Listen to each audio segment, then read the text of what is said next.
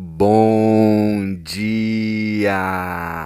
Lindo, maravilhoso e abençoado dia na presença de Deus.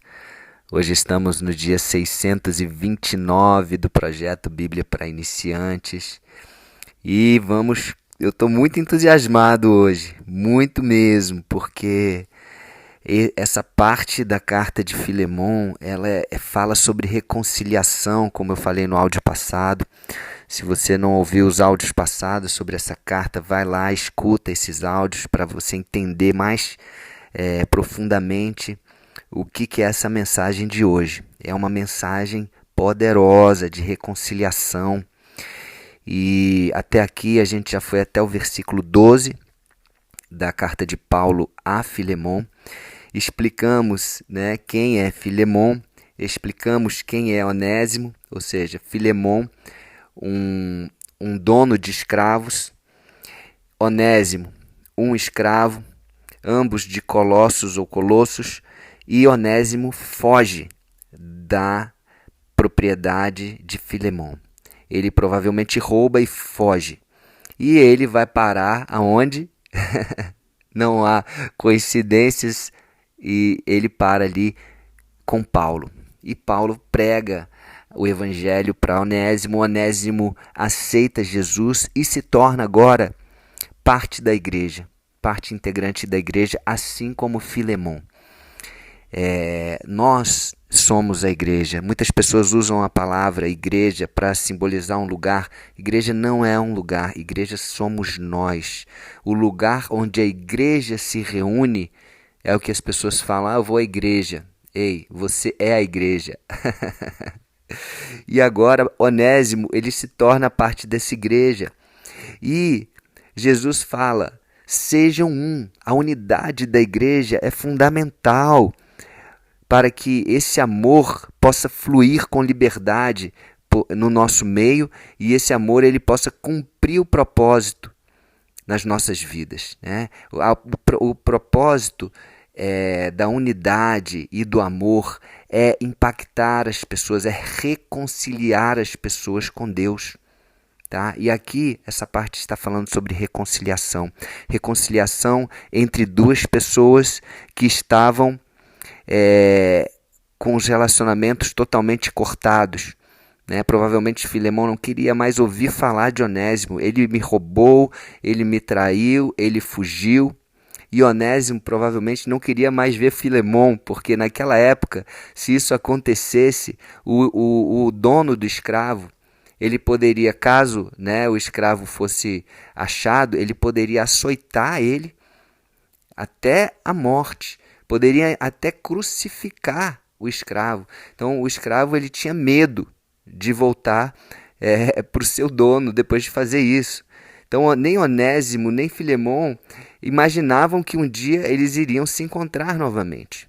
Mas aí vem Paulo como um instrumento de reconciliação. E é isso que eu quero trazer hoje nesse áudio. Eu e você, nós, assim como Jesus, devemos ser instrumentos de reconciliação. Jesus, ele veio para nos reconciliarmos com Deus, certo? Então, ele tem que preparar o nosso coração para que a gente possa pedir perdão a Deus pelas nossas dívidas e para que Ele nos aceite, para que a gente possa verdadeiramente ter um relacionamento livre de culpa, livre de dívidas, e Ele paga com seu próprio sangue. Jesus paga com sangue. Todas as nossas dívidas Ele paga. E olha o que Paulo vai fazer aqui nesse trecho da carta de Filemon. Ele já havia pedido a Filemon: estou fazendo um pedido em favor de Filemon.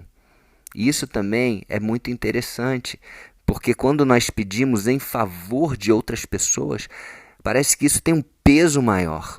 Eu não estou para mim, não é para mim que eu estou pedindo. Eu não estou pedindo para o meu benefício próprio, para o meu interesse próprio. Não, eu estou pedindo em favor de Onésimo, dessa outra pessoa. Isso tem um peso maior, concorda? E aí ele fala: eu estou mandando Onésimo de volta para você e com ele vai o meu coração. Já falei do significado da palavra Onésimo, que é útil, né, no vídeo passado. Se você quiser entender um pouco melhor sobre isso, sobre identidade, vai lá e escuta. E aqui vamos falar sobre reconciliação. Versículo 13, Paulo continua. Eu gostaria de obrigá-lo quem? Onésimo, a ficar aqui comigo enquanto eu estou nessa cadeia por causa do evangelho, a fim de que ele me ajudasse em lugar de você. Olha, lembra que agora Onésimo é útil. É uma pessoa útil, é uma pessoa que está cumprindo o seu propósito agora, é uma pessoa que está livre para ser aquilo que Deus planejou para que ele seja útil, que é o nome, é o significado do nome Onésimo. E ele fala, Paulo, poxa, eu quero que ele fique aqui, ele é muito útil para mim. Ele fala para Filemon, ele é muito útil para mim aqui. Eu gostaria que ele ficasse comigo aqui, na cadeia, me ajudando aqui no trabalho que é grande. Versículo 14. Porém, não vou fazer nada sem a sua aprovação, para que o favor que eu lhe estou pedindo não seja feito por obrigação, mas por sua vontade livre. Então, por mais que ele queira que Onésimo fique, ele sabe que é necessário que haja a reconciliação de forma pessoal, olho no olho, não apenas uma carta, olha, está perdoado. Não, tem que ser olho no olho, tem que ser ali de uma forma mais impactante. Amém? Lembra Jesus quando voltou e ele olhou para Pedro e fala, Pedro, tu me amas, Pedro, tu me amas, Pedro, tu me amas, 3 vezes, olho no olho, olhando para Pedro, da mesma forma que ele olhou para Pedro quando Pedro o negou. Um olhar de amor, essa conexão de olhar, essa conexão pessoal é importante. Então Paulo fala, olha, eu estou mandando Onésimo, não porque eu queira, mas porque é necessário. E eu estou te fazendo um pedido. Poderia fazer uma exortação, poderia fazer uma exigência, mas não, eu estou pedindo para que isso não seja uma obrigação para você, mas que você possa fazer isso de livre vontade. Porque se for uma obrigação, não vai ter tanto valor, concorda? Então ele está deixando isso nas mãos de Filemon. Decide isso você. Você tem o livre-arbítrio para dizer sim ou não. É um pedido apenas. E aí ele continua. Versículo 15. Pode ser que Onésimo tenha sido afastado de você por algum tempo, a fim de que você o tenha de volta para sempre. Então, tem coisas que acontecem nas nossas vidas, situações, discussões, brigas, situações desagradáveis de relacionamento. Isso acontece, isso é natural. Nós somos humanos, nós erramos.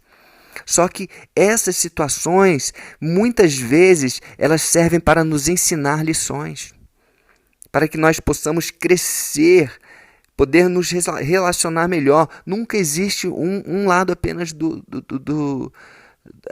da situação do relacionamento. Existem 2 lados. Sempre existe um que vai falar, um que vai se justificar. Ah, mas Filemon me tratava assim. Ah, mas ele não me honrava e etc. Ah, mas eu vivia desse jeito. E Filemon pode falar de outra forma. Então, pode ser que isso tenha acontecido para que você o tenha de volta para sempre. Ou seja, para que você tenha o benefício dessa situação, dessa crise, vamos dizer assim, para que ele possa verdadeiramente agora, depois dessa crise e depois de Jesus entrar na vida de Onésimo e de Filemon, as coisas realmente venham a cumprir o propósito de Deus. Amém? Faz sentido? Então, versículo 16, Paulo continua aqui.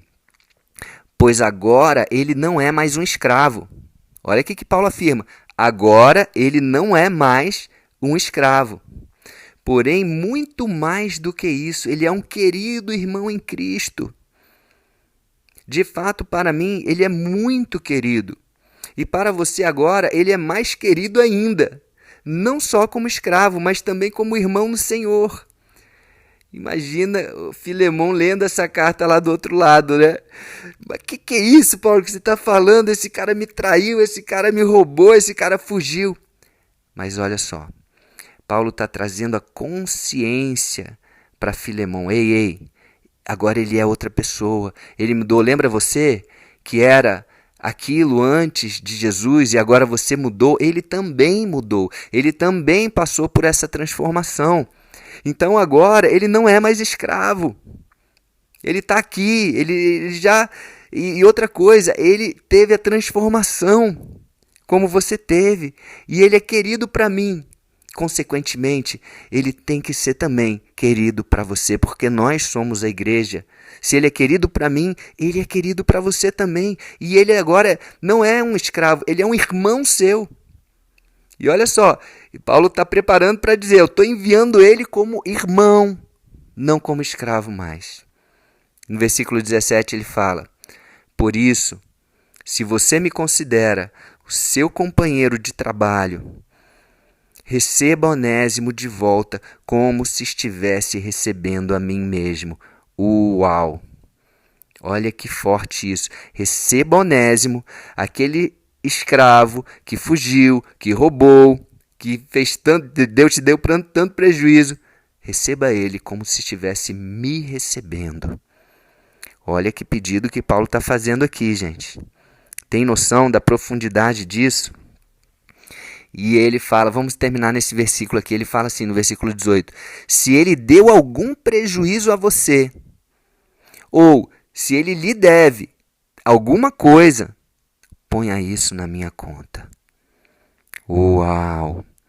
Será que não foi exatamente isso que Jesus fez por nós? Ele falou, Pai, perdoa eles, não sabem o que estão fazendo. Pai, bota na minha conta. Papai, eles erraram contigo, eles fugiram de ti, eles te roubaram, eles te desonraram, eles abandonaram a nossa casa, mas eu estou pagando aqui com meu sangue. E até foi o próprio Pai que enviou Jesus, né? E Jesus está ali como um agente de reconciliação, falando, olha filho, eu estou pagando todas as suas dívidas com algo precioso, que é a coisa mais preciosa da minha vida, que é o sangue do meu filho. Então, no caso de Jesus, ele tem que nos preparar, porque Deus já está preparado, ele está de braços abertos para nos receber, ele está preparando uma festa maravilhosa para nós, que nem olhos viram e nem ouvidos ouviram. Só que no caso de pessoas, nós precisamos preparar os dois lados, se nós queremos ser agentes de reconciliação. Nós devemos, imagina, Paulo falando para Onésimo, ele estava falando coisas boas a respeito de Filemão. Olha, Onésimo, eu tenho certeza que Filemão vai te receber bem. Ele mudou, ele foi transformado pelo Evangelho. Eu vou escrever uma carta para ele, ou não, né? Não sei se ele falou isso, mas eu fico imaginando aqui. Ele está preparando o coração de Onésimo. E da mesma forma ele manda a carta e prepara o coração de Filemão para que haja essa reconciliação. Gente, eu fico imaginando Deus lá do alto, olhando e sorrindo e falando, uau, yes! Que bom, que maravilha, meus filhos se reconciliaram. Uau! Esse é o coração do Pai, é um coração que anseia, que se alegra com a reconciliação entre os filhos, que eu e você, como igreja, que nós estejamos juntos, unidos. É tão triste assim, às vezes eu tenho algumas situações onde uma pessoa fala mal da outra, um irmão fala mal do outro, acusações e etc. E Deus está olhando ali, ei, cadê o perdão? Cadê a reconciliação?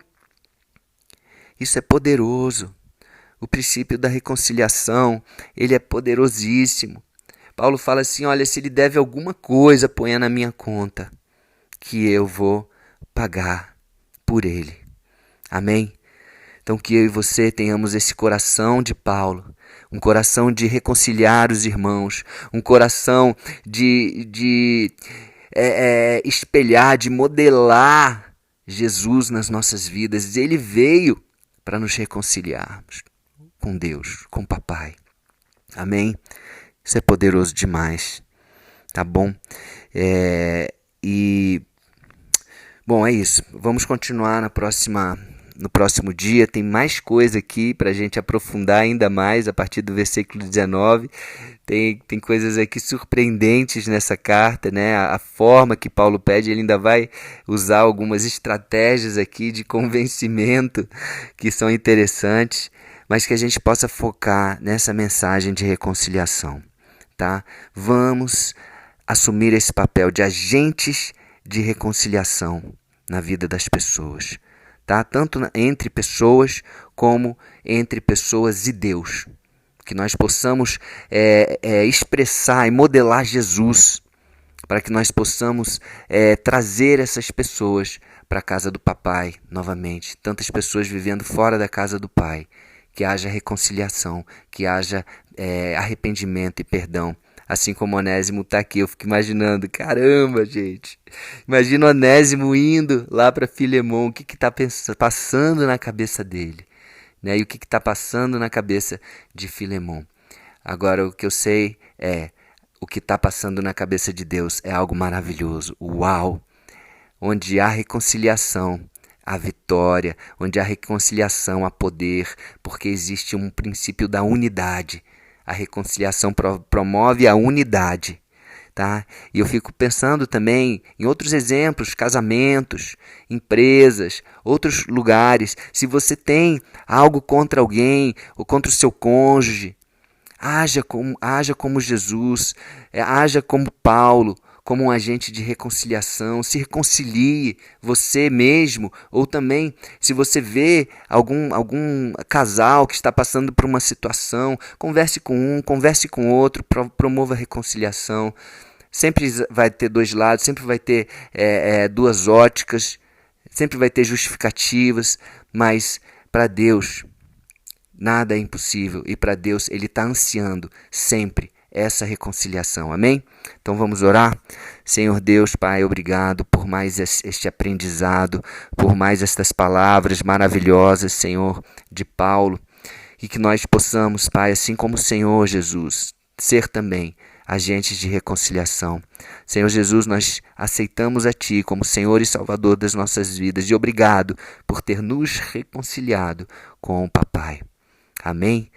Então é isso, ficamos aqui hoje e até o próximo dia do projeto, com mais coisa dessa carta, mais profundidade e algumas estratégias aqui para a gente usar, tá bom? Um beijo no coração.